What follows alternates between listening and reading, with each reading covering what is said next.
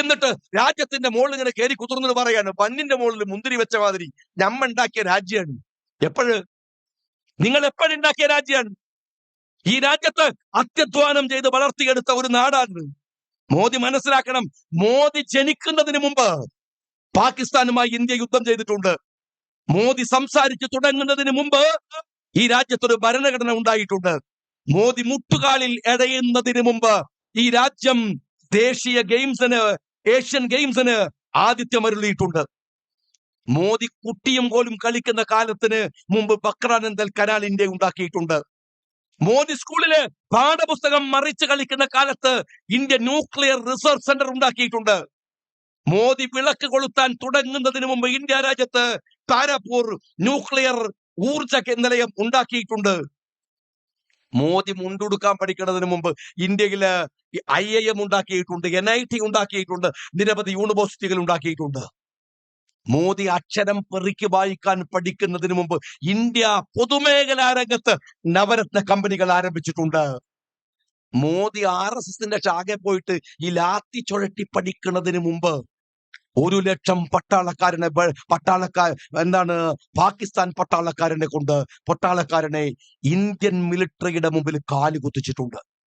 സംഘി പുങ്കവന്മാർക്ക് അറിയുമോ, മോദി ചായ വിറ്റ് നടക്കുന്ന കാലത്ത് ഇന്ത്യയുടെ റെയിൽവേയിലൂടെ രാജധാനി എക്സ്പ്രസ് അടക്കമുള്ളത് തലങ്ങും വെലങ്ങും പാഞ്ഞു നടന്നിട്ടുണ്ട്. ഇന്നലെ ഉണ്ടായതല്ലത്. എന്നിട്ട് എഴുതി വെക്കാണ് മേക്ക് ഇൻ ഇന്ത്യ.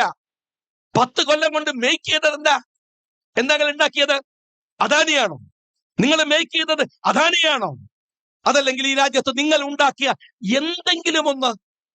സ്നേഹമുള്ളവരെ, ഈ നാടിനെ തിരിച്ചു പിടിക്കണമെന്ന് നമ്മൾ പറയുന്നത് ഇത് നന്നായിട്ട് മുമ്പോട്ട് പോകുന്ന ഒരു രാജ്യമായിരുന്നു. മൻമോഹൻ സിംഗ് ഏതെങ്കിലും ഒരു മണ്ഡലത്തിൽ മത്സരിച്ച് പ്രധാനമന്ത്രിയാവാൻ നിന്ന ആളല്ല. ഒരു സ്ഥലത്ത് മത്സരിച്ചിട്ടില്ല.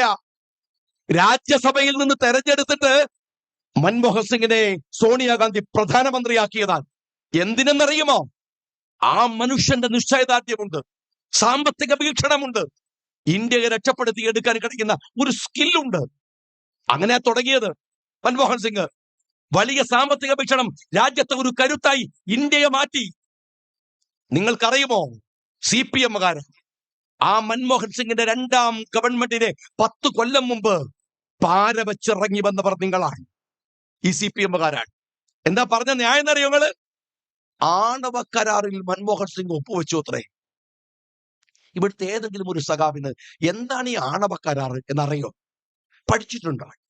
നിങ്ങൾ പറഞ്ഞത് ആണവ കരാർ വലിയ കുഴപ്പമെന്നല്ലേ? എന്നാ കേട്ടോ, കഴിഞ്ഞ മാസം UAE-യിൽ കഴിഞ്ഞ COP